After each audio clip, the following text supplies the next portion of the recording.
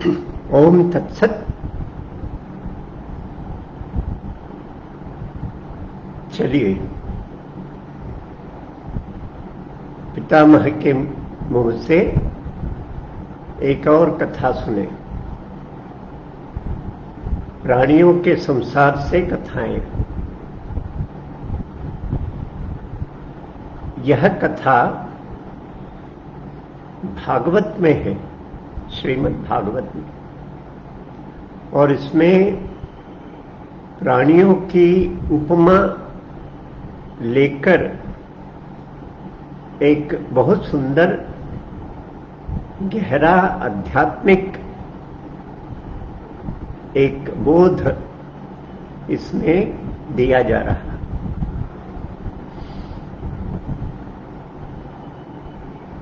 यह वैसा कथा इसे नहीं कह सकते, परंतु एक दृष्टांत।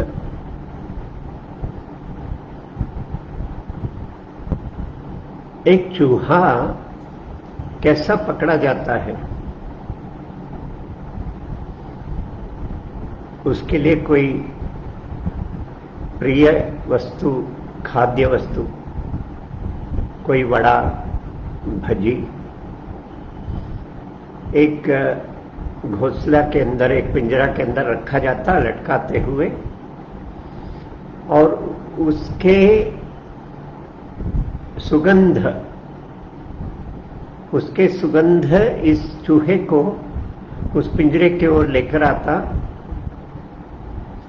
और उसे खाने की इच्छा से वह जब अंदर पैर रखता है तो वह पिंजरा बंद हो जाता और इसे कैद कर देता है। या कुछ क्रूर ऐसे पिंजरा है जहां वह इसे कुचल कर मार डालता है, तो वह अपने जो गंध उसकी जो इंद्रिय है, गंध पहचानने का जो इंद्रिय है, उस इंद्रिय से, उसके द्वारा वह पकड़ा जाता है।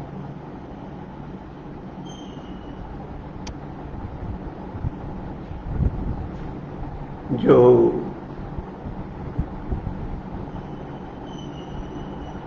मधुमक्खी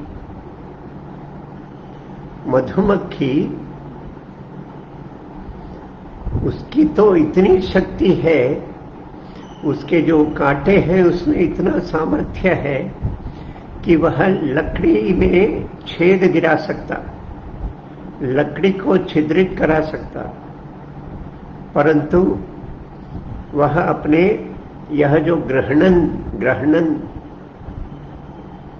यह जो गंध पहचानने का जो इंद्रिय है, उस इंद्रिय से प्रभावित पुष्पों में जो गंध, उस गंध से आकृष्ट वह जाकर पुष्प में बैठता, गंध का आनंद लेने,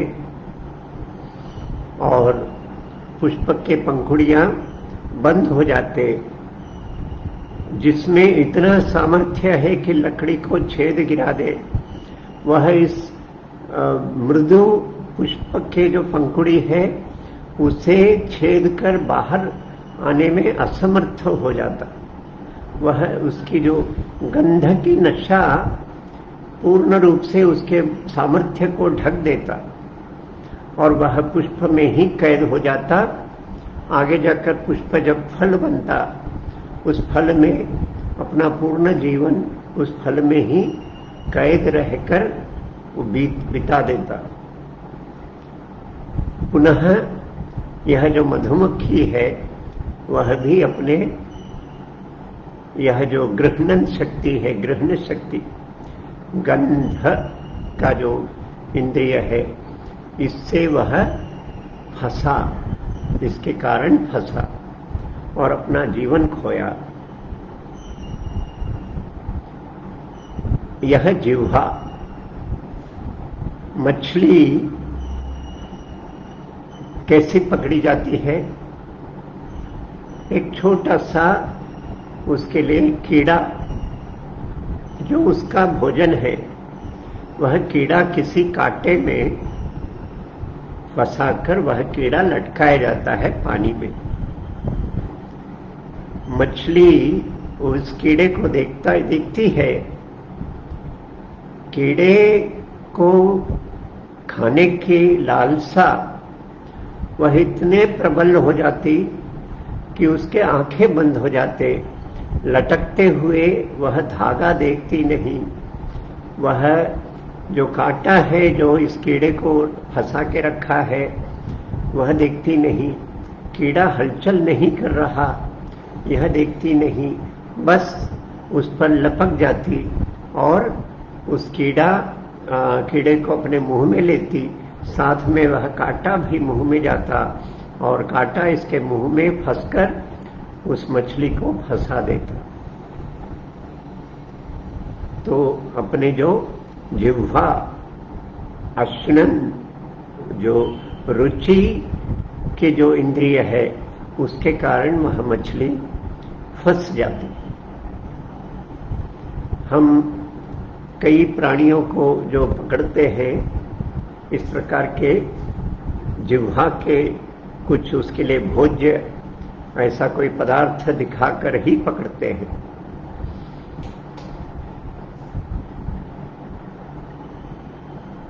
खरगोश को उसके शिकार कैसा होता है? खरगोश बड़ा चतुर है, बड़ा तेज है, उसे पकड़ना इतना आसान नहीं। पर हमने स्वयं देखा है लड़के उसे कैसे पकड़ते हैं। एकदम तेज प्रकाश उसके आंखों पर चलाते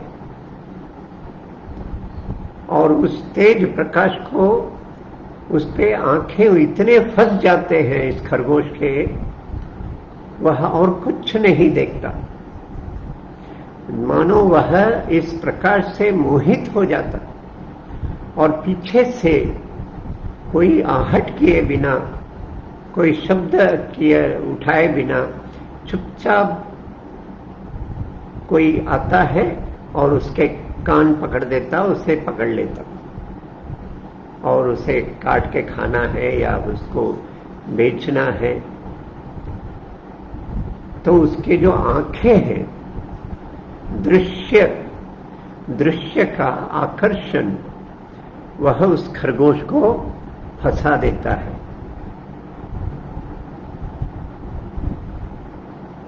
जो पतंग है, पतंग, बरसात के समय तो हम घर में जो बिजली के जो दीप है उसमें तो हम देखते हैं, और अपने घर में जो दिया लगाते हैं उसमें भी होता है। पतंग इस दीप की जो ज्योति है, जो प्रकाश है, उससे आकर्षित होकर आकर उस अग्नि में, उस ज्योति में आके गिरते हैं और मर जाते हैं। या फिर वह जो दीप है, बिजली के दीप, उसमें जाते हैं और वह उष्ण के चटका पाकर मर जाते हैं, मानो वे मरने के लिए ही जन्म लिए और उस प्रकाश से आकर्षित होकर मर जाते। पुनः ये आंखें दर्शन की इच्छा, दर्शन के जो क्षमता है, उस आंखों के कारण वह पतंग अपना जीवन गंवा देता। श्रवण, जंगल में हिरणों को पकड़ने शिकारी मधुर आवाज उठाता है, घंटियां बजाता है, और उस मधुर आवाज हवा में बहते हुए जब हिरण सुनते हैं और वे इतने मुग्ध, उस आवाज में इतने मुग्ध हो जाते कि शिकारी उसे पकड़ लेता। ऐसा कहते हैं कुछ जंगली वनवासी जो है, कबूतरों को, कुछ विशेष पक्षियों को मुरली बजाकर उनको आकर्षित करते हैं और आग लगा के रखे रहते हैं जब ये मुरली बजाते हैं उस स्वर से आकर्षित ये पक्षी स्वयं होकर उस आग में आकर गिरते हैं। सो श्रवण जो इंद्रिय है, श्रुति की जो इंद्रिय, उस इंद्रिय के कारण ये मृग और ये पक्षी पकड़े जाते हैं, अपने जीवन खो डालते हैं। त्वचा, स्पर्श का आनंद। हाथियों को केरल में जंगलों में जब हाथी पकड़ना है, पुरुष हाथी को पकड़ना है और उसके लिए सेवा में लगाते हैं जो मादा हाथी है, हस्तिनी, उस मादा हाथी को सेवा में लगाते हैं। वह जंगल में जाती है और पुरुष हाथी जो है, नर हाथी, उसके ऊपर रगड़ते हुए, उसको स्पर्श, अपने चमड़ी से, त्वचा से स्पर्श करते हुए उसके साथ साथ जाती है। उस स्पर्श का, महिला मादा के स्पर्श का आनंद उस हाथी को इतना मोहित करता और वह मादा के पीछे पीछे साथ साथ चलता है और जो बना के रखे हैं गड्ढे, उस गड्ढे में जाकर गिर जाते हैं और जीवन भर गुलाम श्रमिक बनकर, हाथी जो जंगल में जो काटे जाते हैं पेड़, बड़े बड़े पेड़, उन पेड़ों को खींचने का काम, उनके वजन लादने का काम ये हाथी करते हैं। ऐसे पारतंत्र का जीवन वे जीवन भर बिताते हैं, बस मादा के उस त्वचा के आकर्षण से वे फंसते हैं। इस प्रकार जो अपने अश्न के जो इंद्रिय जिह्वा, ग्रहण के जो इंद्रिय नासिका, श्रवण के जो इंद्रिय कान, दर्शन के इंद्रिय आंख और त्वचा स्पर्श के इंद्रिय, ऐसे ही पांचों इंद्रियों से एक एक प्राणी एक एक विशेष इंद्रिय से, इंद्रिय के कारण फंसते हैं और अपना जीवन गंवाते हैं। तो एक इंद्रिय मात्र इतनी शक्तिशाली हो, मनुष्य के तो 5 इंद्रिय हैं और मनुष्य ये पांचों इंद्रियों से फंस सकता है। किसी को टीवी और दर्शन के इतने लालसा है, उसी में डूबा रहता है, जीवन के अन्य महत्वपूर्ण कामों को, कार्यों को छोड़ देता है।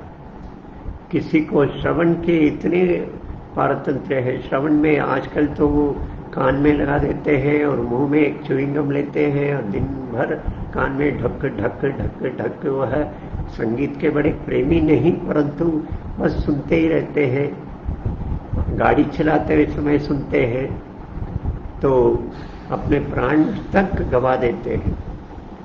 और जिह्वा के तो है, इसे खाना है, वहां उसे चख के देखना है, इसे खाकर देखना है, यह स्वादिष्ट है। ऐसे जिह्वा के और गंध के कई प्रकार के जो सुगंध अपने शरीर पर लगाने के प्रयत्न, इतना पैसा लगाते हैं वो सुगंध के पीछे, सुगंधित साबुन के पीछे इतना पैसा लगाते हैं, इसके मानो गुलाम बन जाते हैं। और स्पर्श, 1-1 लाख रुपए के बिस्तर,